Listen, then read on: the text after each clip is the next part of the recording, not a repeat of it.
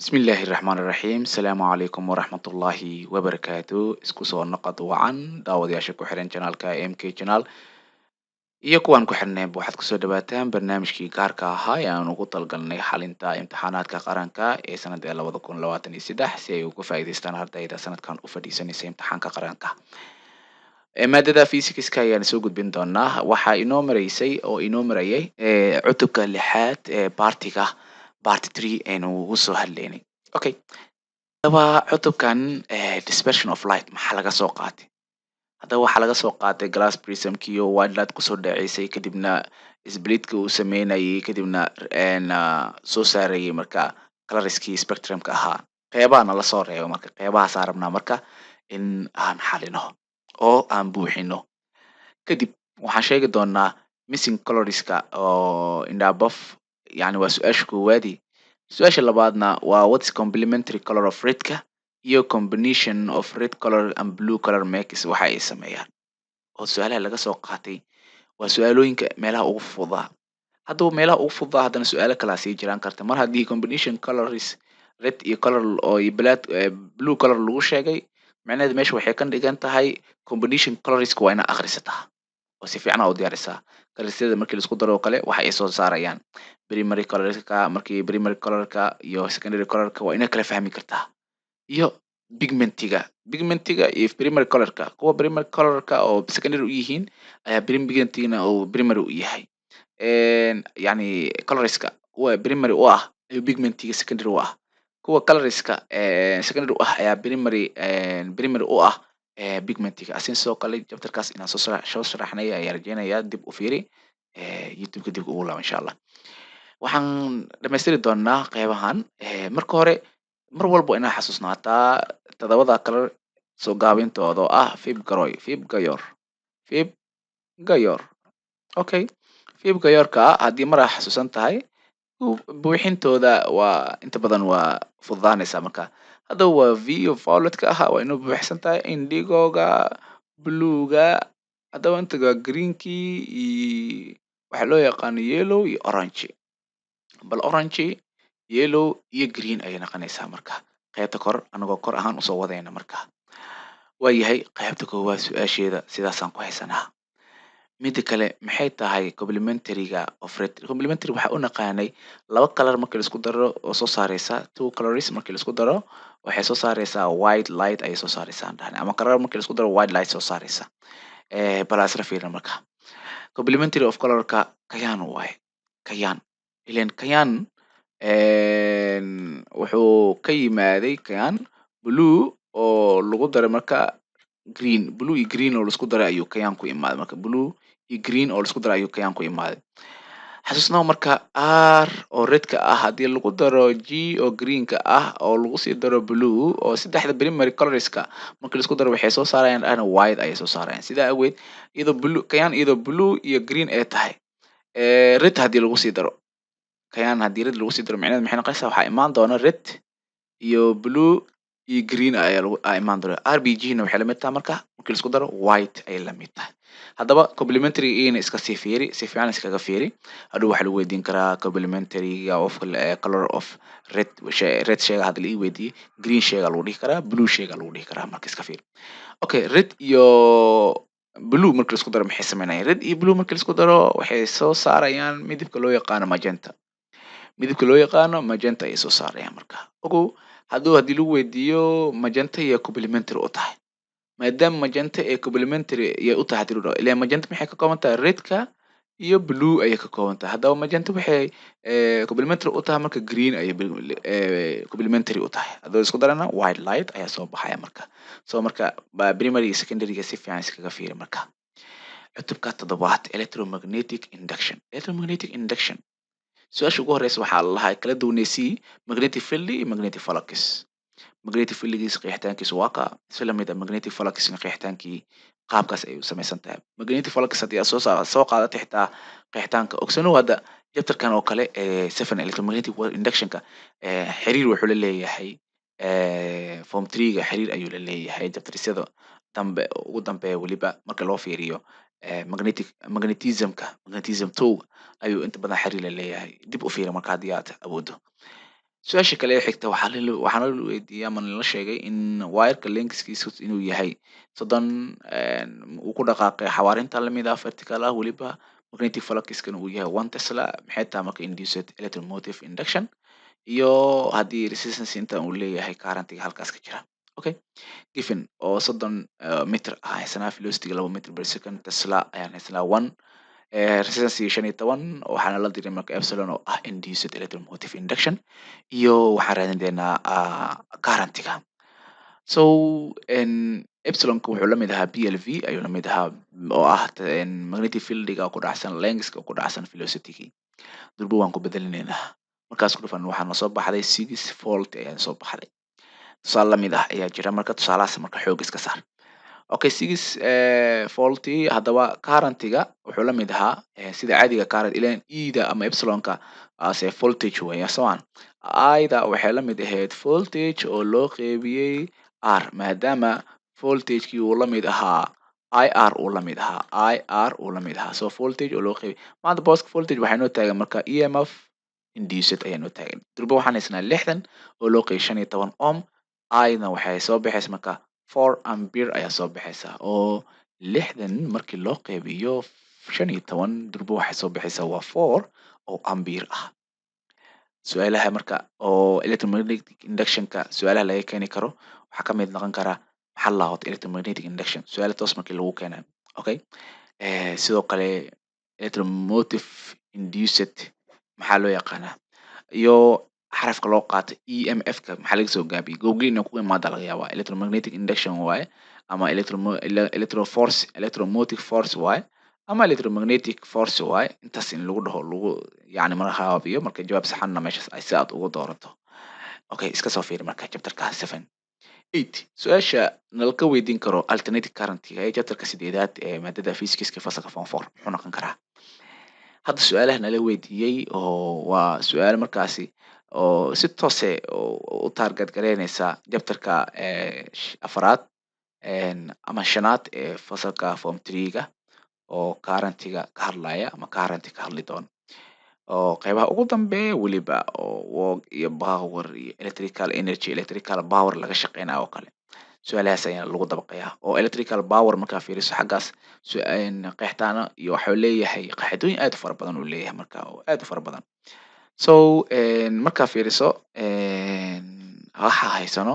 iyo qaacidooyinka ku habboon ayaan isku target gareyn doonaa oo waxaan haysanaa hadda wax loo yaqaano waxaan haysanaa ampere oo ah current-ga oo 6 ampere voltage-ka 220 volt iyo B-da aan raadinayno power-ka ah. Power-ka marka qaacidooyinkiisa waa badan yahay power mar waxay la mid tahay I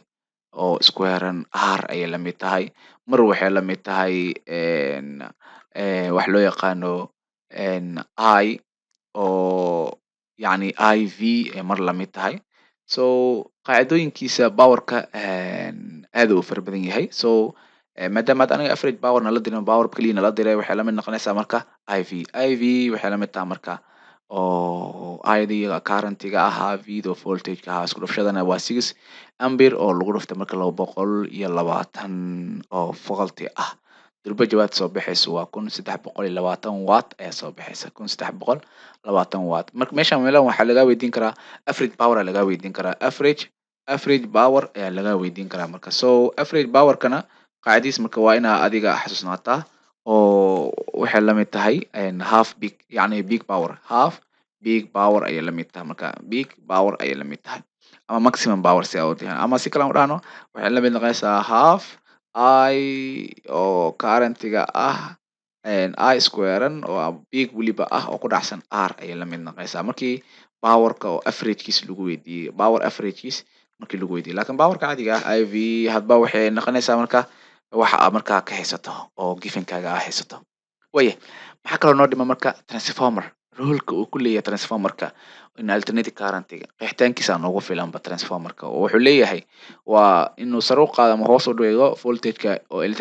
alternating current circuit qeexitaankiisa noogu filanba mar haddii rule la dhaho oo transformerka oo alternating current roolka uu ku leeyahay qeexitaankiisa markaana kaafisa.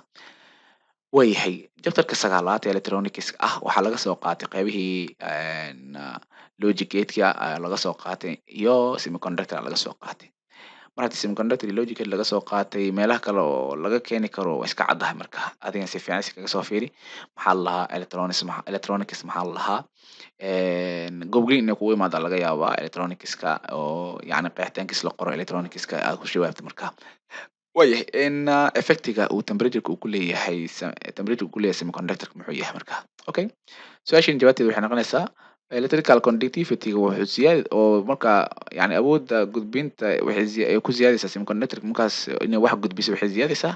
markii increasing in temperatureka la siyaadiyay taasoo vice versa ah yacni inay isolator noqotona waa temperatureki iyo insulator yacni gudbiye inay noqotona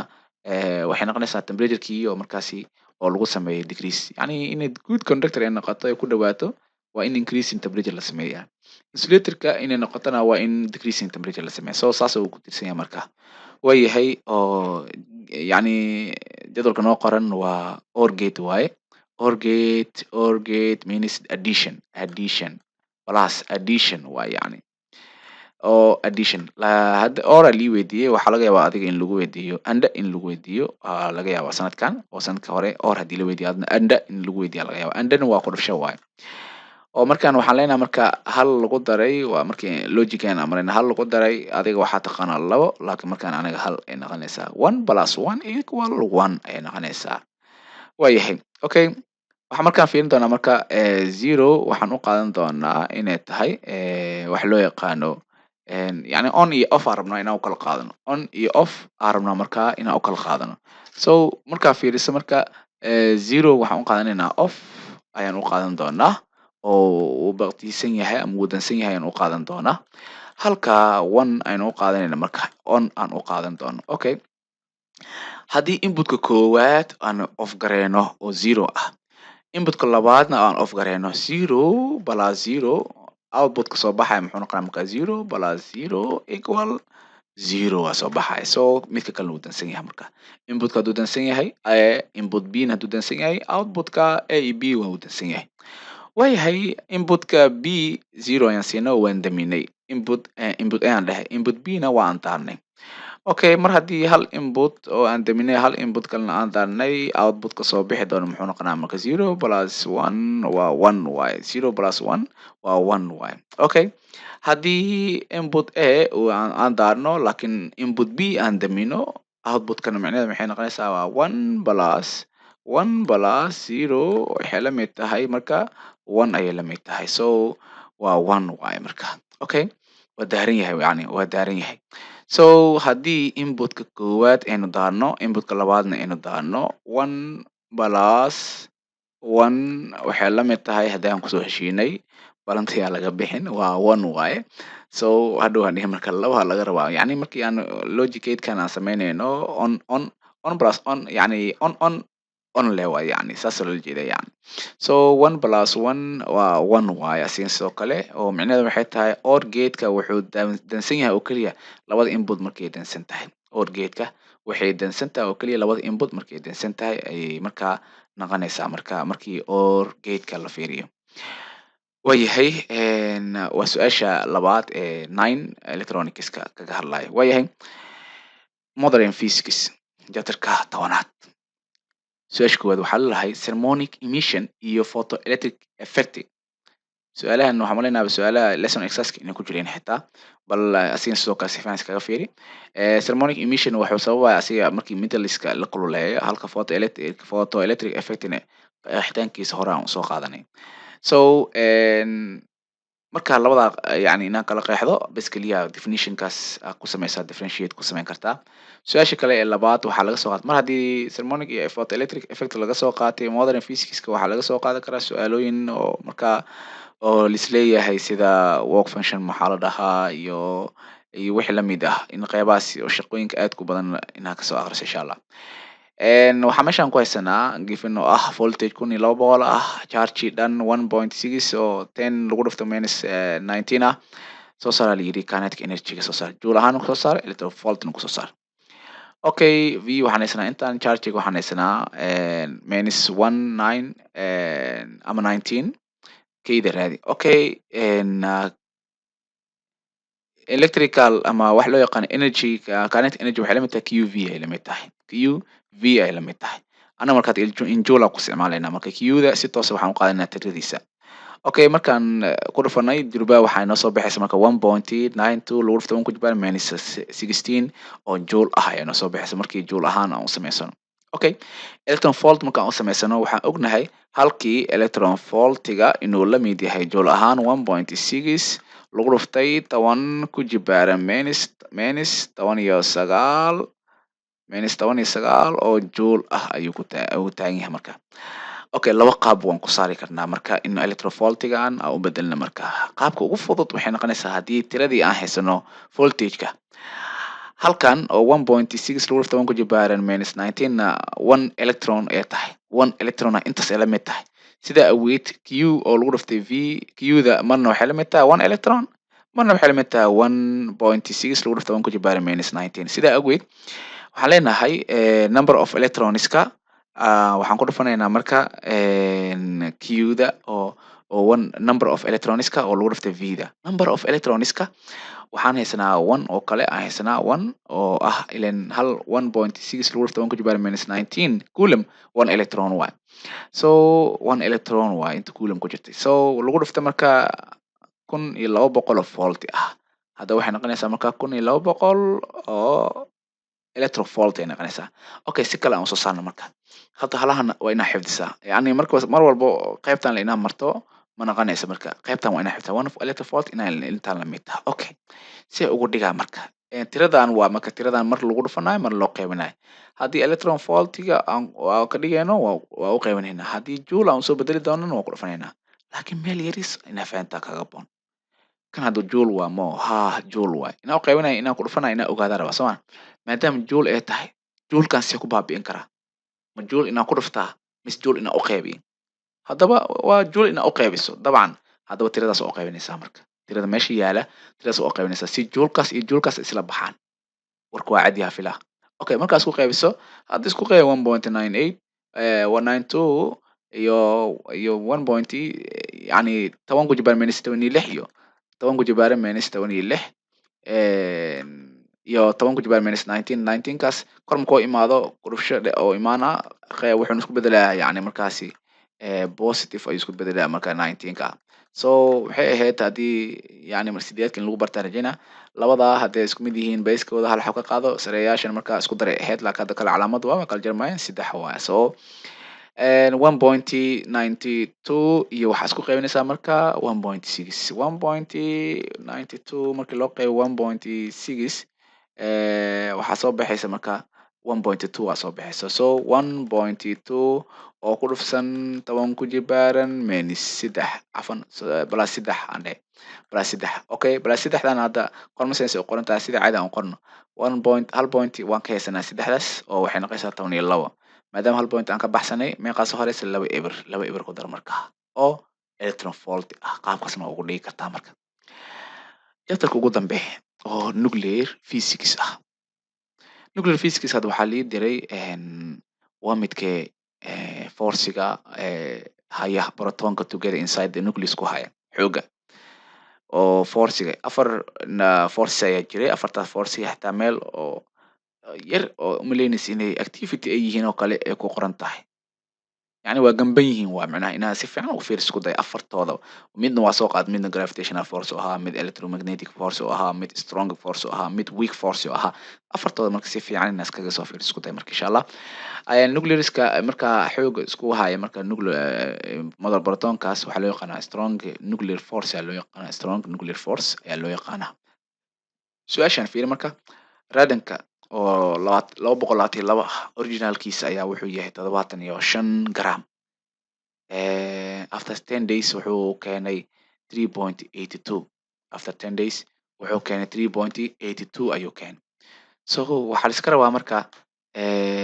inaad soo saarto marka half lifekiisana waxaa lagu sheegay 3.82 waa half lifekiisa 10 days ayay ku qaadatay marka so waan soo saari doonaa marka hore aan gifin u baxsano originalka waxaan haysanaa 75 time totalkan waxaan haysanaa 10 days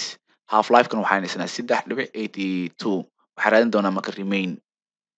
haddaba qaacidooyin badanaa jirto 2 qaacida jirto ana laakiin waxaan ku siin lahaa qaacidadana inta badan fudud oo n oo haddaan qaadanaynaba n waxaa kaloo jirta qaacidada caadiga ah ee buugga haddaa aragto waa mari kartaa labadaba oo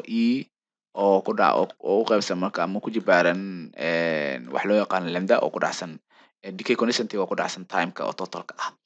so labada qaacidaba waa mari kartaa laakiin kan qaacidadan waxa waaye inaad kan soo hesho haddana kan markaa soo helaysana waa sida u maraysa oo ah